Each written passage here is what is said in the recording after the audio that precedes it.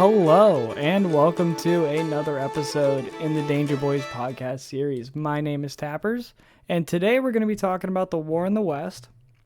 Before we get into that, though, just want to quickly, as always, if you wouldn't mind liking, commenting, I always appreciate that. If it's your first time here, please hit the subscribe button. I upload history podcasts and stories, and we're going to get into a whole bunch of more stuff. This channel is going to keep growing. But yeah, so I really appreciate that. I really appreciate the comments. I really appreciate the likes. But anyways, we're going to get into the episode. We're not going to spend too much time with all that jazz. So the war in the West, right? We're going to be taking a look at the situation of the war in the Western theater from Fort Sumter up until the Battle of Shiloh, right? In the description, there's going to be a link to a playlist that has all of the episodes. I've talked about Shiloh already. And so if you've listened to that episode, or if you haven't, now's a good opportunity to go back and listen to it. But this is going to all take place right before the Battle of Shiloh, basically, in the spring of in the fall of 1861 and the winter of 1862, right? That's the time frame we're going to be talking about here. And so first what I want to do is I want to set up the territory itself, right? What states are we talking about? What rivers are we going to be talking about? And how it all kind of connects together, right? That's the first thing I want to look at. And then we're going to look at who is actually in command in the West, who has the overall command, the strategy that they're going to use. And then we're going to take a look at the Union side of things, what the Union attack plan is in order to try to, get a hold of this massive territory because it is so expansive. They're going to need a good strategy in order to try to quell this rebellion that's happening. And then we're going to take a look at Grant and kind of how Grant's legacy begins, at this early stage of the war. And we'll see Grant kind of grow. So like I said, let's start off first, right, by trying to understand the landscape that we're going to be talking about today, right? And so I decided to put maps back in. So there's going to be a lot of maps, and I think that's going to help kind of illustrate where we are and what we're doing. So the Western United States, right, like I said, is a massive territory. And Albert Sidney Johnston, he is in overall command of the Western troops, right? Jefferson Davis is the president, and Albert Sidney Johnston is appointed by Jefferson Davis to control basically all of the land that you see highlighted. Now, obviously, during the Civil War, right, North and South Dakota, Montana, Wyoming, these are not areas of concern, right? But the main focus, right, that Albert Sidney Johnston is going to be focusing on, the main area is going to be along this Ohio River, where Kentucky and Tennessee are.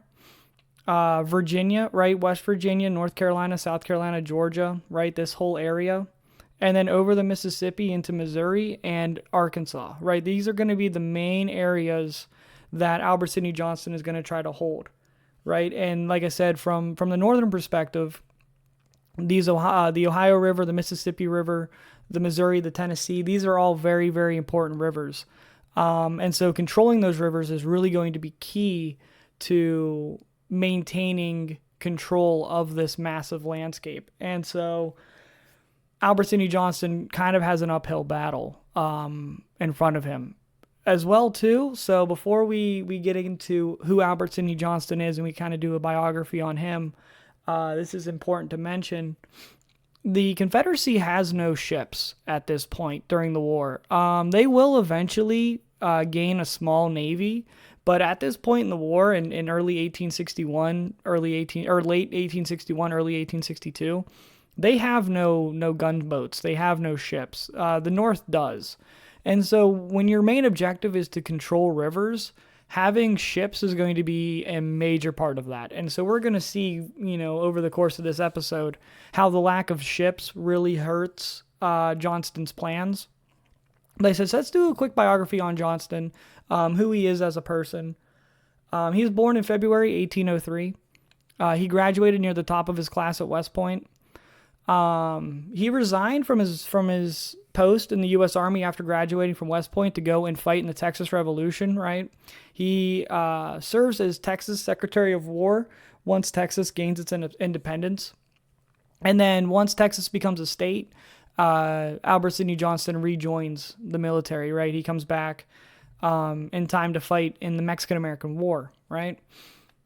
Johnston fights in the Mexican-American War. He does a good job. And so afterwards, after fighting in the Mexican-American War and at the start of Fort Sumter, right, whenever fighting first begins in the American Civil War, he's promoted to Major General.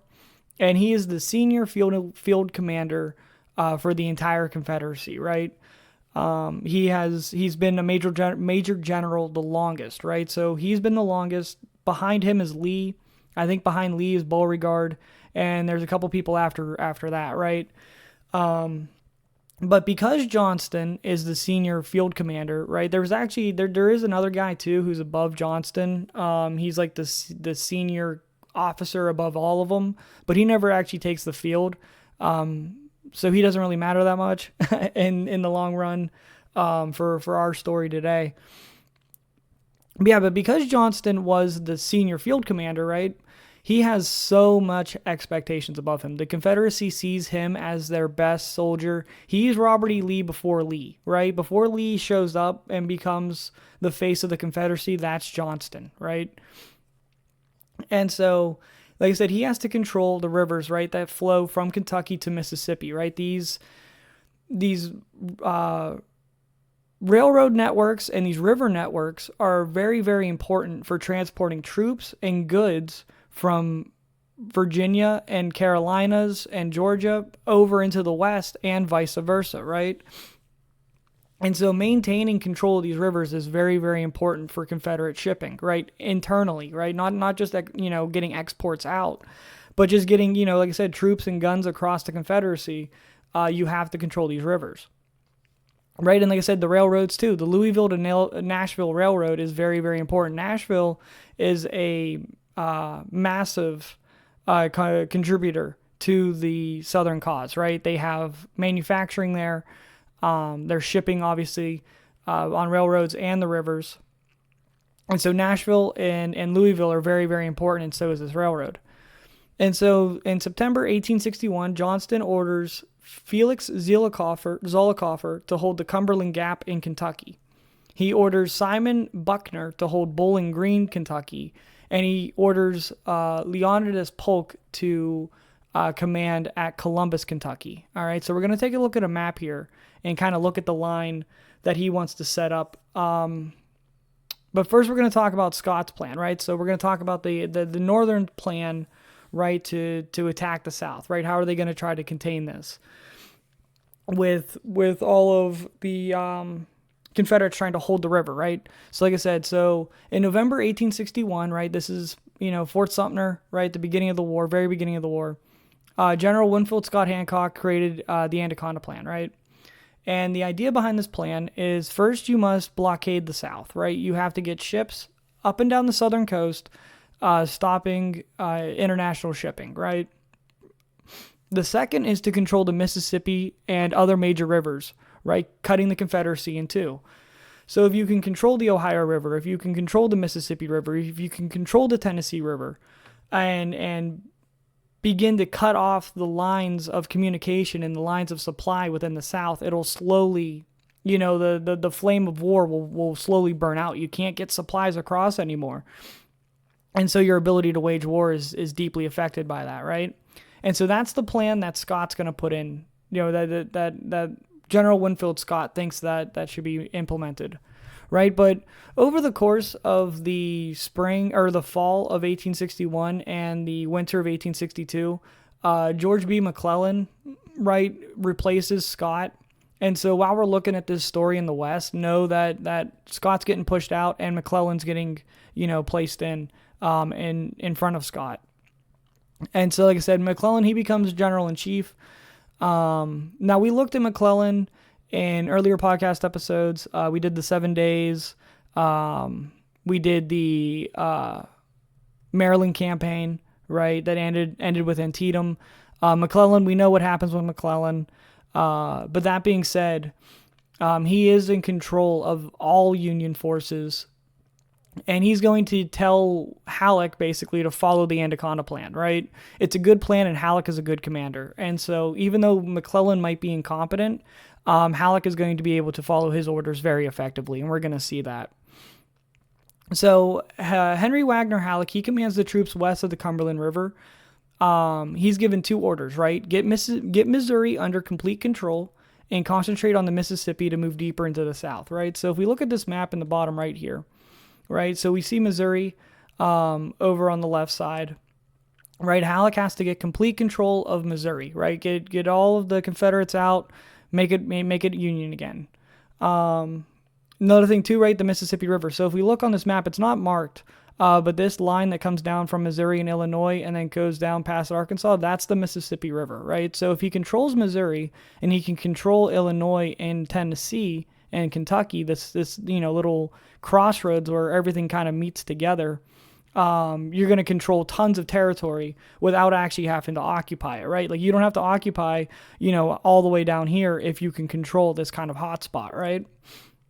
And so that's Halleck's plan, right? So Don Carlos Buell, he's also out in the field. So Albert Sidney Johnston, right? He controls all Southern troops in the theater, right? From the Appalachian Mountains all the way out to Arkansas. He has complete control over all of that, right? Don Carlos Buell and Halleck, they kind of split up the territory, right? One takes the west, one takes the east, right?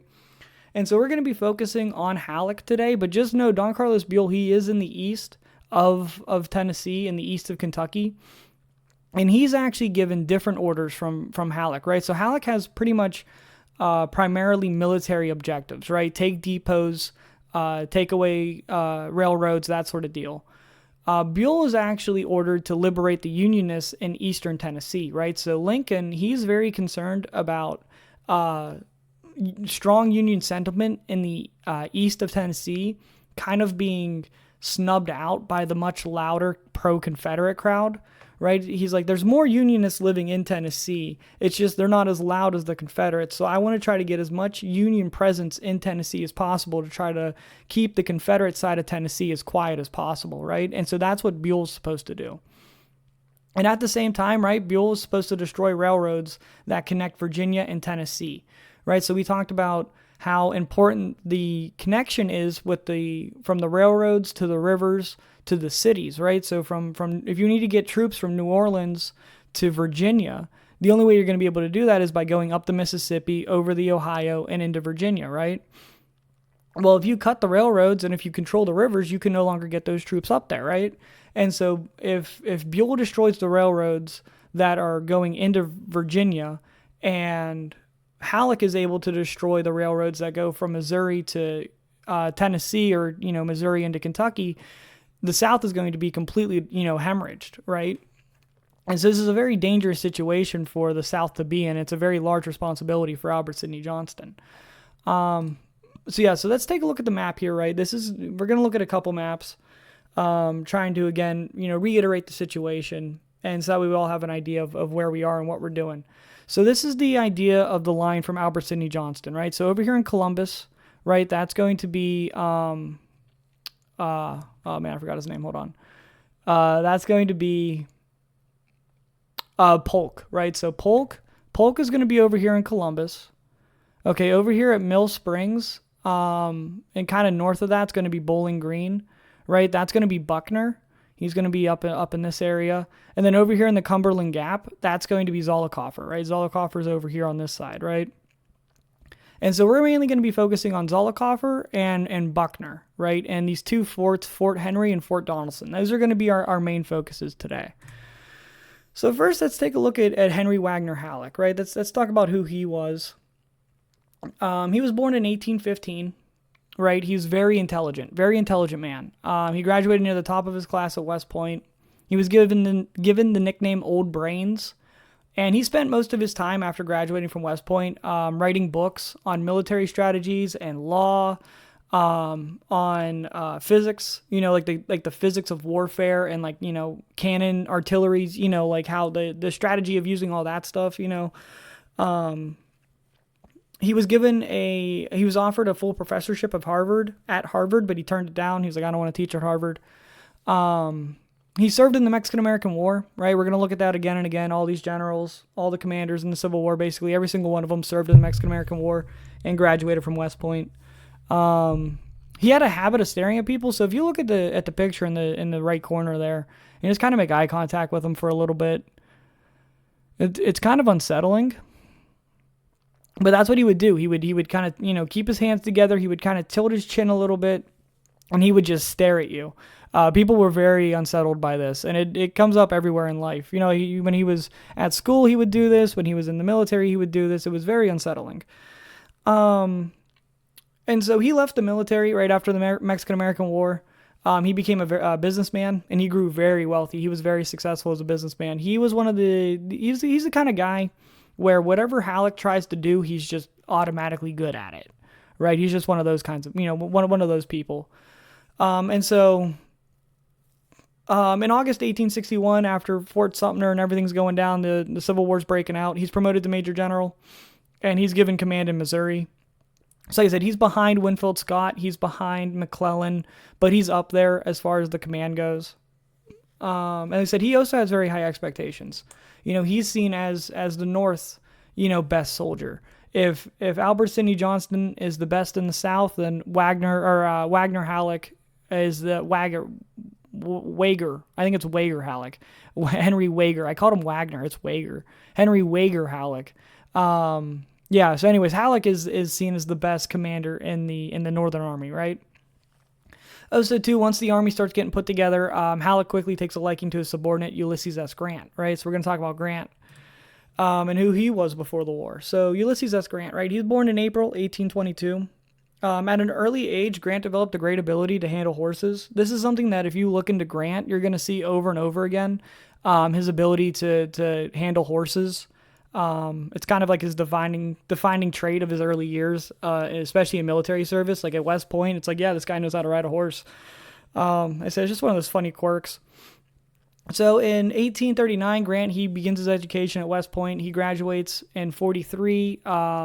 He graduates 21st out of 39.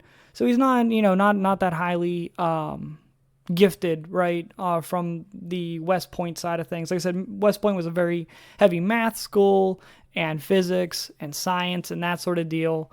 And so Grant didn't do very great at West Point, but he didn't do terrible either. He didn't graduate last. So after he graduated, he quickly married, right? He was a devoted family man. He relied very heavily on his family throughout his life. And so whenever he went and fought in the Mexican-American War, right, he showed his aptitude again for riding a horse, right? So all these, commanders like Winfield Scott and whatnot are like, wow, this guy really knows how to ride a horse. He was also a very apt soldier, right? He was very good at being a soldier. So after the war, right, he leaves the army just like Halleck did to, go into business, and he failed pretty miserably. He moved away from his family, and he struggled financially. He just could not get himself going. And so in early 1861, after the firing on Fort Sumter, Grant is given the rank colonel, and he was assigned to command the 21st Illinois Regiment under Henry Halleck, right? So he takes command out in the West under Halleck. He was offered command earlier, but he turned it down, hoping that he would get a higher command. He wrote some letters and reached out to some people to see if he could try to get a higher command, and he eventually did. Like I said, under Halleck. All right, so we're gonna relook at the situation here on the map, right? And so again, we look over at Columbus, right? Here's going to be Fort Henry, Fort Donelson. You got Bowling Green with Buckner. And then over here at Mills Spring, we're going to be looking at Zollicoffer. That's going to be the first combat in the Western Theater that we're going to be focusing on. So George H. Thomas, he's someone who's going to be coming up later on in the war. He's kind of under Grant, and he's under, Sherman and Sheridan. He's kind of like fourth on the list of most important Union commanders. So like I said, we'll look at George H. Thomas later on. But for right now, he's under Buell, right? And Buell orders Thomas to go to Logan's Crossroads or Mills Spring. It's, a lot of these Civil War battles, they have two names. This one's Logan's Crossroads or Mills Spring. And so this kind of skirmish breaks out between Zollicoffer and Thomas. Zollicoffer is actually killed in the fighting. And wood prints were made depicting a heroic death, right? So this is one of the first major deaths in the Civil War on the Confederate side. And so Zollicoffer is kind of made not necessarily a martyr, but a rallying point. It's one of the first of many sacrifices kind of deal, right? And so you have these heroic wood prints going around at the time depicting this valiant death that Zollicoffer faced. In reality, though, Zollicoffer actually had terrible eyesight. He was very nearsighted, right? And so he couldn't see. And so he's leading his army through the rain. It's dark. It's in the woods. And he gets ahead of his men, right? He doesn't realize it. He's ahead of his men. And so he goes and he tries to give an order to a guy, not realizing that it's a Union soldier, not a Confederate one. And the Union soldier kills him. And so, so that's how Zollicoffer really died. It's kind of sad. But that being said, after Zollicoffer's defeat, and this army, or this group of Confederates have to retreat, the considerable presence in eastern Kentucky is lost, right? This is the first chink in the armor of Albert Sidney Johnston's plan, right? This falling back at Mill Spring is very bad. And so we look at the map, right? And so if we look over here on the right side at Mills Spring, we're going to be coming back to this map, and I'm going to be updating it over the course of the episode. So if we look here, right, Zollicoffer's defeated, and now that part of the line is no longer there, right? And now we're going to be switching over to Fort Henry and Fort Donelson, right, over here on the Cumberland River and on the Tennessee River. These are going to be, two very important parts we're going to be talking about next. So Grant is given command, right? So like I said, Halleck, he saw a lot of potential in Grant, and Grant did very well in the Mexican-American War. He stood out. And so early in the war, Halleck puts a lot of faith in Grant. He gives Grant 15,000 men, right? Halleck keeps most of his men in Missouri because that's his main objective from Lincoln and McClellan, right? Lincoln and McClellan say control Missouri. He has to do that. But he can also give 15,000 men to Grant and try to take, the Mississippi River, right? So Grant has three objectives, right? Travel down the Tennessee River to Fort Henry and take Fort Henry, right? Destroy the rail line between Bowling Green and Memphis, and then continue on to Fort Donelson, right? Those are Grant's three objectives. Grant has a flotilla of gunboats traveling with him down the Tennessee River. So like I said, the Confederates do not have a flotilla. They have no gunboats. They have no ships. And so Grant, with his gunboats, is going to be a major advantage over the next coming days, which we'll see. So despite it being January, the rivers were already high due to spring melt, right? This is something we're going to see have a major impact, especially in the Battle of Fort Henry, the high rivers. But yeah, so keep that in mind. Right, so Fort Henry. So we're going to talk about Fort Henry here. So using the height of the river, the Union surround the fort, right? The Union is able to get above and below the river above the fort on the river, right? And then Grant and his troops, his 15,000 men, are able to come up on the land side of the fort, right? And so the fort's completely surrounded. Fort Henry was very poorly constructed, very, very poorly constructed. Bad fort. It's a bad fort. Before Grant arrived, the Confederate in charge of the fort, right, the commanding general of the fort, he sent most of his men away to Fort Donelson, which is a much stronger fort, and it's further down the river. So like I said, Fort Henry, poorly built fort, poorly designed fort. It was built too close to the Tennessee River, and parts of the fort were submerged during the battle, right? I mean, parts of the fort are underwater, to the point to where a small Union vessel actually sails into the fort at one point during the battle, which is nuts. Most of the guns, right, on the Confederate side of things, most of the guns were unable to fire because of the height, right? Like the ships are above the cannons. And so on February 6th, 1862, Fort Henry fell to Grant, and the Union controls the Tennessee River. This is probably about, 500 to 1,000 men that Grant captures. We don't actually have an exact number on that, but it's not a massive amount. Like I said, the guy who was in charge of Fort Henry, he sent most of his troops to Donelson anyways, before Grant even arrived. But okay, so this is a picture of the fort, an artist's interpretation of it. You could see just how poorly constructed it was, how underwater it is. Yeah, just not a very well designed fort at all. So back to this map, right? We're going to be updating it. So they said over here, Zollicoffer, right? He's gone. Now Fort Henry, he's gone. And the Tennessee River just opened up, right? The Fort Donelson's on the Cumberland, right? But there's no other forts on the Tennessee River. So from all the way up here where the main Union force is, kind of stationed up in Illinois and over in Missouri, all the way down the Cumberland River is now free. And we can see down here at the very bottom, Pittsburgh Landing and Shiloh. Like I said, if you want to go down to the description and watch the episode I did on Shiloh, that's where that takes place. But you can see, so this fort falling, Fort Henry, is a major blow. And so now, right, so part of Grant's orders, right, get Fort Henry, destroy the railroad, and then go over to Donelson, right? So Grant makes quick work of the railroad, right? He destroys it he's very efficient. But in order for the Union gunboats to reach Fort Donelson, they have to travel back up to Tennessee, right? The Cumberland and Tennessee River don't meet down there. You have to go back up to the Ohio, go over, and then down again, right? So it takes a little bit of time down to the Cumberland. Donelson was a much better fort. Way better constructed, more guns. It was actually a double fort. So there's earthworks on the outside and there's like stoneworks on the inside. I put a picture of it. We'll look at that a little bit later. Hold on one second. Let me get a drink of water. Oh, there we go.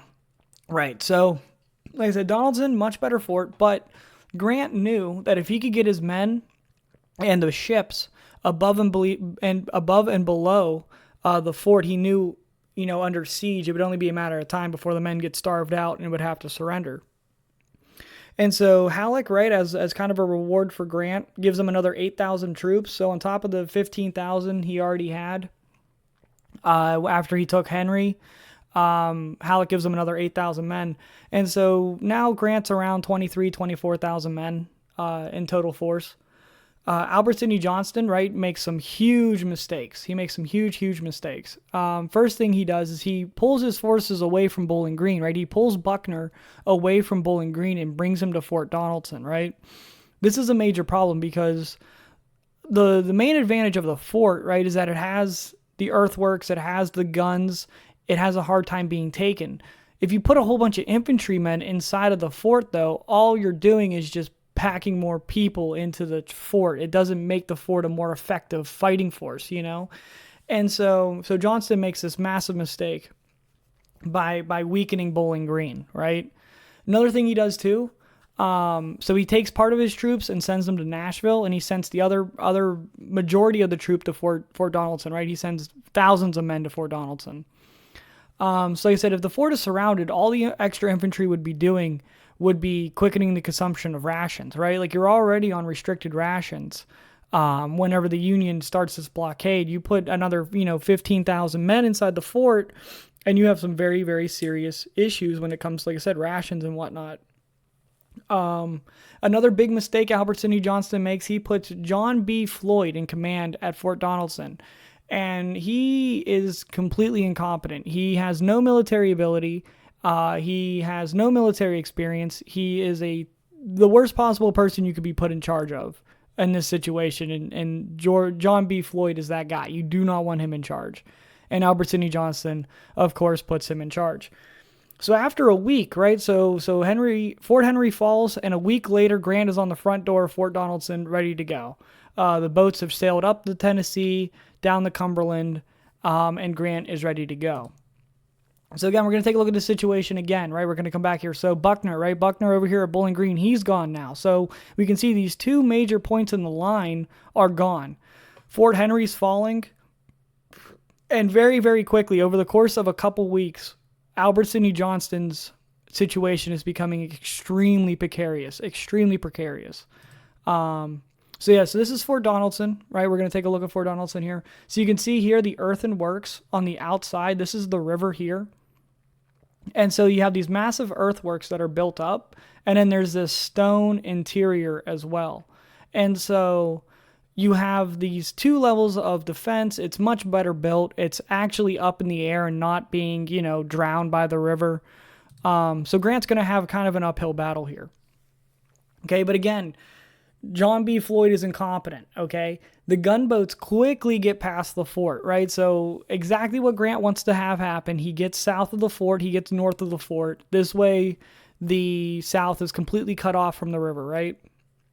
But the Confederate batteries do drive back the fleet. So although the gunboats are able to get past the fort, they're not able to come back up the river towards the fort because the guns are too powerful, right? If John B. Floyd had been ready, he could have used these batteries whenever Grant first arrived and stopped the ships from getting past, but it was too late. They're already past. But like I said, that being said, the batteries do damage to the fleet. They damage several vessels. They injure several officers on the Union side. They do significant damage. John B. Floyd, right, he knew he was in trouble, right? So the boats get past and he goes, man, I'm really in trouble now. I really screwed the pooch. So he gets together with his subordinates, Gideon Pillow, who is a political general. He has no experience in the military sphere. They said he's there because he's important politically. And again, our old friend, Simon Buckner. Buckner is a military guy. He is a military professional. He's actually an old friend of Grant's. We'll get into him a little bit at the end of this. But right, so these three, they get together and they're like, okay, let's get an assault. We'll send all these troops outside of the fort, break the Union line, and then we'll be able to escape or something. And so they do that. They organize an assault and they break the Union encirclement, right? They push all their men out of their fort. They break the Union line, and then they don't do anything with it. They could all escape or whatever they needed to do, they could do. The Union is backed away. They're backed off. And so after they do this, they just kind of walk back into the fort, right? They break out and then they just go back. And then Grant just reorganizes his lines and brings, the encirclement back. And now they're back in the same situation. Well, Floyd, he served in the United States government before the Confederacy, before, back in the 1850s, I think. In the 1850s, he was Secretary of Treasury or something like that. Anyways, Floyd was afraid of being hung as a traitor, right? Because he served the United States government. He was like, oh no, I'm going to be hung. And so he hands command over to Pillow, right? And Floyd's like, okay, I'm going to cross the river. Pillow, you're in charge. I'm crossing the river. And Pillow goes, well, hey, that's a great idea. You want to escape? I want to escape too. Hey, Buckner, you're in charge now, right? And so Buckner, right, he sees the ridiculousness of this situation where these Confederate commanders keep passing the buck off to somebody else. And Buckner realizes, we can't keep doing this all day. We can't just keep passing commands. Someone has to take responsibility for this situation. And, too, like I said, Buckner, he's friends with Grant, right? Him and Grant are old war buddies. And he even lent money to Grant, right? Whenever Grant was out struggling, trying to be a businessman, Buckner helped him out. He lent him some money. And so Buckner's hoping for favorable treatment from Grant. Well, that night, Floyd, Pillow, and 3,000 men, 3,000 of Floyd and Pillow's men, escaped the river because, again, the fort had pushed back the Union fleet, right? They couldn't be right in front of the fort. And so they cross over in the night, and this leaves about 12,000 men in the fort. Buckner sent a messenger to Grant asking for his surrender terms, and Grant returned with the answer, unconditional surrender. Buckner felt this was unfair, right? He was like, man, we were friends. You can't really, just treat me like this. But with no other option, right? I mean, he can protest it all he wants, but at the end of the day, he still is surrounded. He accepts, Grant's unconditional surrender. And this, of course, gives Ulysses S. Grant the famous nickname Unconditional Surrender Grant. This boosts Grant's fame exponentially higher, right? Because, of course, his nickname, or his real name is, U.S. Grant, right? U.S. Grant, Unconditional Surrender Grant. It fits. So Unconditional Surrender Grant. And two, like I said, 12,000 men, right? I mean, he gets 12,000 Confederate men out of the field in one go without really losing that significant amount of men. It wasn't like it was a massive battle like Shiloh was, or like Fredericksburg, where, Grant loses 15, 20,000 men. He doesn't lose anywhere near that amount. And he gets an entire, Confederate military to surrender, basically, or entire Confederate army. And so we'll take a look here, right, again at this map of Albert Sidney Johnston's crumbling line, right? So I said Spring Will, Zollicoffer, he's gone. And, of course, Somerset and well, what the hell was his name? Oh, it started with a P. Oh, this is going to kill me.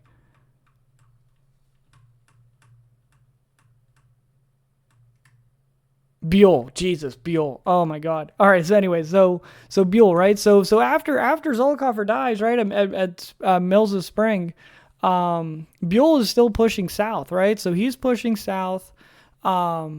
Obviously, right? So he pulled all of his men. Albert Sidney Johnston pulled all of his men out of Bowling Green. He brought them to Nashville. Well, after Fort Donelson falls, Nashville falls too, right? He abandons Nashville. He abandons Columbus, right?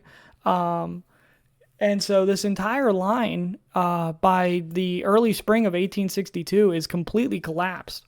Albert Sidney Johnston no longer controls Kentucky. He no longer controls Tennessee. This is major. This is massive. So after Nashville fell, right? So like I said, after Fort Donelson fell, Nashville fell quickly afterwards. The Union controls the rivers. They control all the rivers. And this was the execution of the Anaconda Plan perfectly, right? This is exactly what Winfield Scott had envisioned. The Confederacy loses an entire army, like I said, 12,000 men off the field, in one go. New Orleans is now the most important city, being the largest in the South and being the most capable of manufacturing after Nashville, right? Nashville's gone. You can no longer manufacture in Nashville.